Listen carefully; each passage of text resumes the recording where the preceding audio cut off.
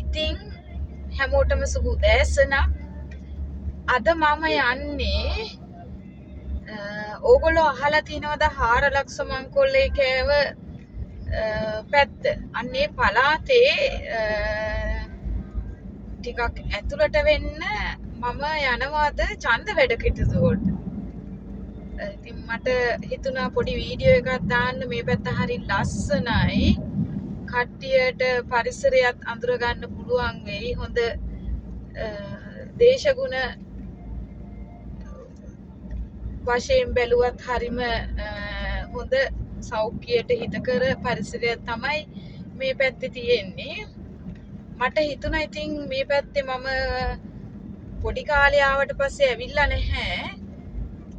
ඉතින් මට අද හිතුණා පොඩි වීඩියෝ එකකුත් අරගෙන මේ ඔයාලට දැනගන්න පරිසරයේ තියෙන ලස්සන, මේ පැත්තේ තියෙන වෙනස, අනිත් පැති වලට වඩා තියෙන සුන්දරකම දකින්න දාන්න ඕනේ කියලා තමයි මම අද මේක වීඩියෝ කරලා දාන්නේ. මේ පරිසරය දිහා බලන්න කියලා.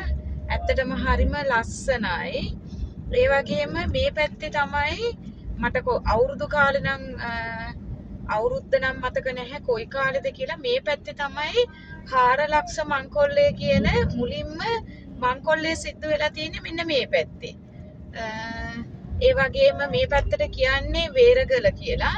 වේරගල, මාහිංගල, ඊට පස්සේ මේ පැත්තේ තියෙනවා පරණ පන්සලක්. එහෙම ඒ පන්සල හරි ප්‍රසිද්ධයි. මේ ඒ කියන්නේ ලෙඩ වෙච්ච අයට ප්‍රතිකාර කරන පන්සලක්.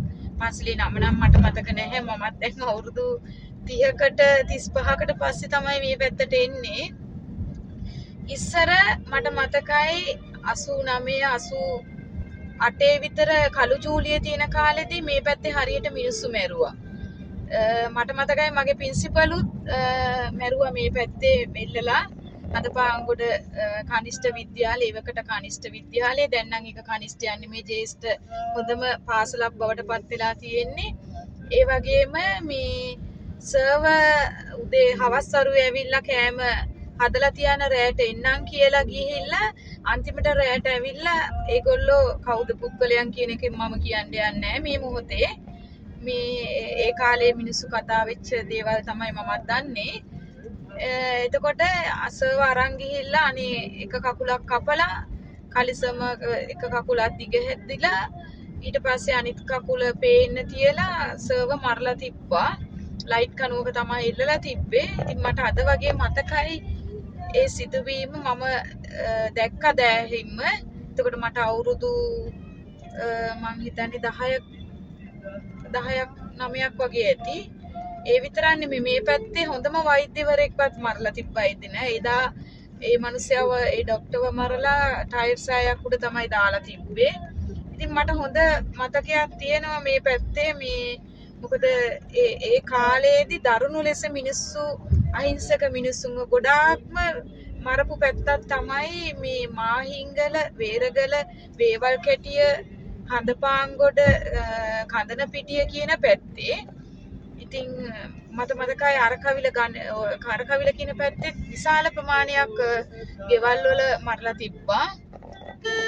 ඉතින් මට අද මේ වීඩියෝ එක කරන්න හිතුනේ. මටත් මේක අලුත් අත්දැකීමක්. තව ටිකක් දුර යන්න ඕනේ මං හිතන විදිහට මට යන්න ඕනේ තැනට. ඉතින් මගේ ජීවිතේ මම කවදා හරි දවසක ආපහු මේ පැත්තට එනවයි කියන අදහස මගේ තිබ්බා. වාසනාවකට අද මට මේ අවස්ථාව උදා වුණා. මේ ඡන්ද කටයුත්තක් සඳහා මේ පැත්තට මට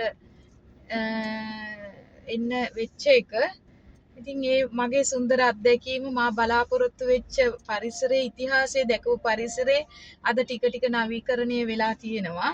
ඉතින් ඇත්තටම ලස්සනයි. ඒ නවීකරණයත් එක්ක මිනිස්සුන්ගේ ගැමි ජීවිත දැන් ඔයාලට පේනවා ඇති හරක් ටිකක් දක්කගෙන යන අපේ කොල්ල කොයි අපි කියමු ඇඩ්ගොව්ව කියලා. ඉතින් දක්කගෙන යන ලස්සන සුන්දර දර්ශනයක් ගම්ක දකින්න තියෙන. ඇත්තටම ලස්සනයි. ඉතින් මේ මං ග්‍රවුන්ඩ් එක ළඟටමත් ආවා. එතනින් වමට තියෙන පාරට තමයි දාන්න කිව්වේ. හරි පොඩ්ඩක් ඉන්නකෝ බලන්න.